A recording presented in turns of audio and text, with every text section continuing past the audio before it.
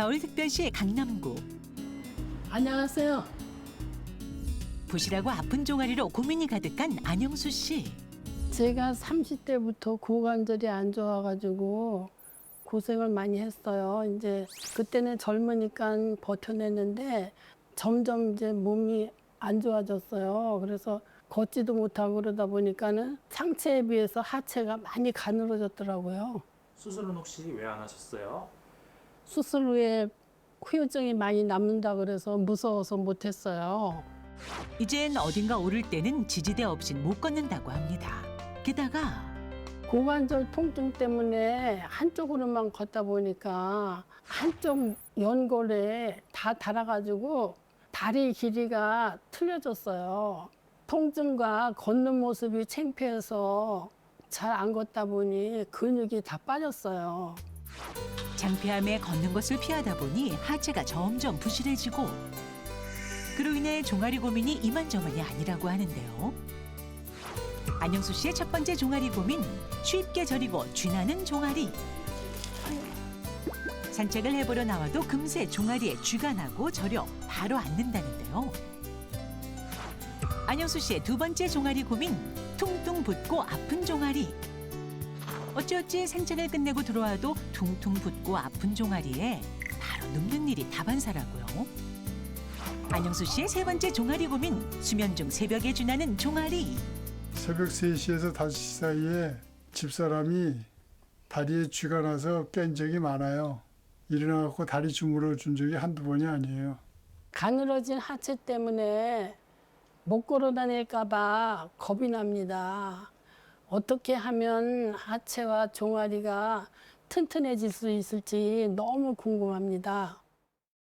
네, 우리 어머님 일단 치료가 시급해 보이는데 튼튼한 하체를 가지고 싶다고 하셨거든요. 하지 운동법 몇 가지 소개를 해드리면 좋을 것 같은데요, 김 네, 교수님. 그리고 이제 저분의 지금 네. 사례를 보면은 30대부터 좀 고관절이 좀 안 좋아가지고 보행에 어려움이 좀 있었는데 절뚝이면서 걷다 보니까 종아리 통증이 심해진 이런 상태로 보여요.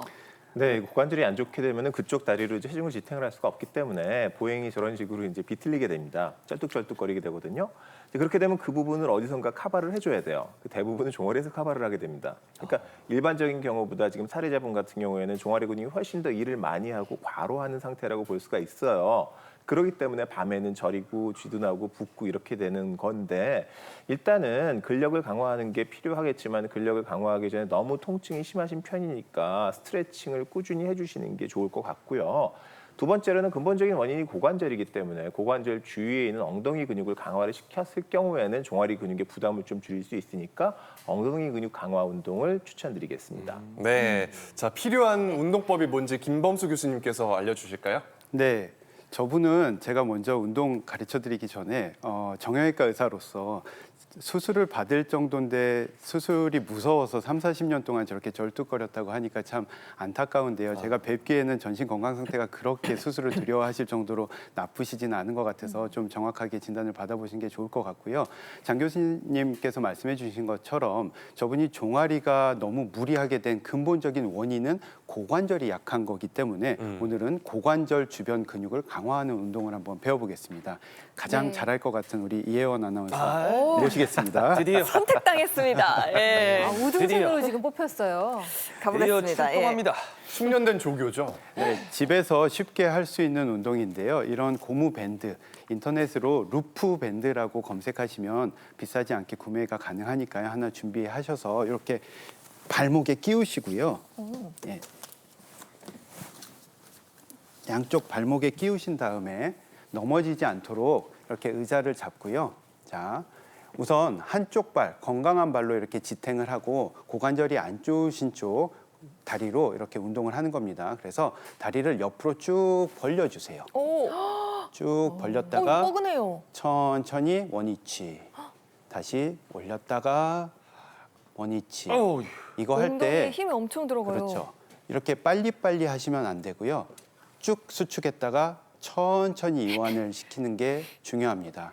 이 밴드의 저항을 느끼면서 천천히 원위치를 해주세요. 그래서 하체가 이렇게 기울면 어떻게 되는 거예요? 반듯하게 하려고 좀 노력하시면서 여기를 해야 세워야 되죠. 되는군요, 네, 반듯하게 그러면. 자세를 잡고 벌렸다가 원위치, 벌렸다가 어니치.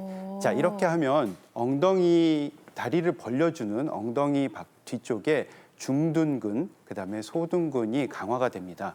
이 근육이 튼튼해지면 어르신들이 이렇게 균형 잡고 하는데 굉장히 도움이 많이 돼요. 네. 자, 이번에는요. 그다음에는 이걸 뒤쪽으로 해보는 겁니다. 다리를 뒤로 쭉 완전히 뒤로 완전히 보내면 할 수 되나요? 있는 만큼 최대한 위로 쭉 얘도 올렸다가 마찬가지로 서 있어야 되나요? 그렇죠. 그리고 천천히 내려주세요. 네. 다시 뒤쪽으로 쭉 가면 엉덩이 뒤쪽에 근육이 볼록 올라오는 게 네. 느껴지시나요? 네. 네, 이걸 많이 하시면 애플 힙을 얻으실 수도 있습니다. 애플 힙. 네. 갖고 이것은 싶은데요.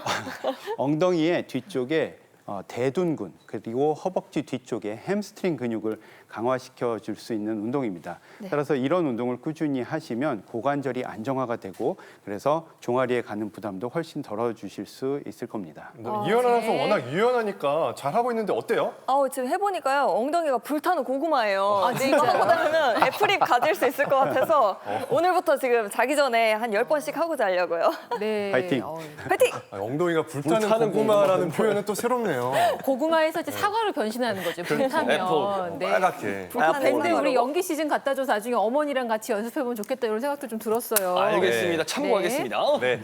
종아리에 통증이 있으면 따라오는 질환도 정말 많잖아요. 뭐 네. 고관절 질환, 또 하지 정맥류 등등이 있는데 그래서 저희가 부실한 종아리로 알아보는 건강 적신호 몇 가지를 준비했습니다. 네, 그 첫 번째는 바로 이겁니다. 네. 자꾸 가늘어지는 종아리.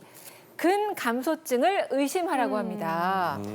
네, 나이가 들면은 근감소증이 생기는데요. 근감소증을 제일 잘 알 수 있는 근육이 바로 종아리 근육입니다. 왜냐하면 제일 많이 사용을 하거든요. 아까 김나래 트레이너가 얘기한 팽거링 테스트를 사용하는 것도 방법인데 얘기하신 대로 이제 손가락이 너무 큰 사람이 있을 수 있으니까 그런 경우를 대비해 가지고는 일본에서 남자는 34cm, 여자는 33cm 종아리 가장 굵은 부분을 이렇게 자로 재서 그 이하면은 근감소증이 상당히 의심이 되니까 아이고. 그런 경우엔 나중에 나이 들어서 고생하지 않게 미리미리 지금부터 종아리 근육부터 시작해서 전신의 근육을 강화를 시켜줘야 됩니다. 네. 자, 다음은 무릎 통증과 발목 염좌로 고생하시는 분들인데요. 이런 분들은 퇴행성 하지 관절 질환이라고요, 김 교수님. 네, 아까 말씀드린 대로 종아리 근육은 위에는 무릎 그리고 아래는 발목 관절의 건강에 굉장히 중요한 역할을 하기 때문에 종아리가 부실하면 무릎 관절염, 발목 관절염으로 이어질 수 있습니다. 네. 자, 부실한 종아리로 알아보는 건강 적신호 세 번째 보도록 하겠습니다. 네. 한쪽만 붓고 아픈 종아리 이럴 한쪽만? 때는요. 신부정맥 혈전증을 무섭다. 의심하라고요. 요거는요, 아까 저희가 얘기한 이제 하지 정맥류 같은 경우에는 표자정맥이라고 해서 피부에 가까이 있는 정맥에 생기는 문제예요. 그런데 하지에는 저렇게 표자정맥만 있는 게 아니라 신부정맥도 있습니다. 종아리 깊숙이 있는 정맥을 신부정맥이라고 하는데 여기에도 밸브가 있고 저렇게 밸브 사이에 혈전이 끼게 되면 문제가 되는데요. 왜 그러냐? 이 혈관에서 나오는 건 바로 심장으로 올라가게 되고요. 심장에서 바로 폐로 들어가서 폐 동맥을 막아버려요. 그럼 폐가 썩어버립니다. 아주 심각한 문제를 일으킬 수가 있어요.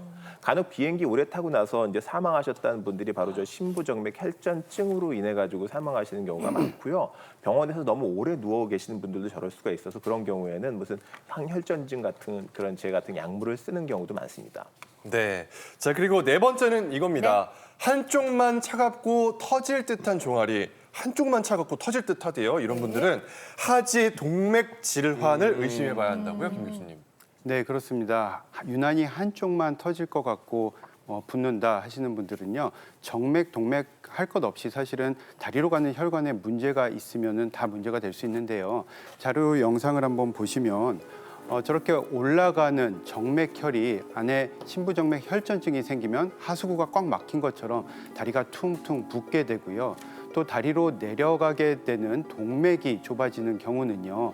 보시는 것처럼 혈관 벽에 저렇게 콜레스테롤 찌꺼기가 쌓여서 꽉 막히는 동맥 경화증이 생길 수 있거든요. 저게 오래되면 저 덩어리가 딱딱하게 돌처럼 석회화돼서 굳어버립니다. 그러면 혈관 자체가 굉장히 딱딱하고 다리로 가는 혈관이 많이 감소하게 돼요. 그래서 그러신 분들은요, 피가 잘 안 가니까 발이 차고 시리다고 느끼십니다. 뿐만 아니라 이렇게 실제로 만져보면 실제로 피부가 굉장히 차갑고요. 눈으로 보기에도 푸르딩딩하게 색깔이 변색될 수도 있고 그게 굉장히 진행이 되면 극심한 통증을 유발하고 괴사가 돼서 절단에 이르는 경우도 있습니다.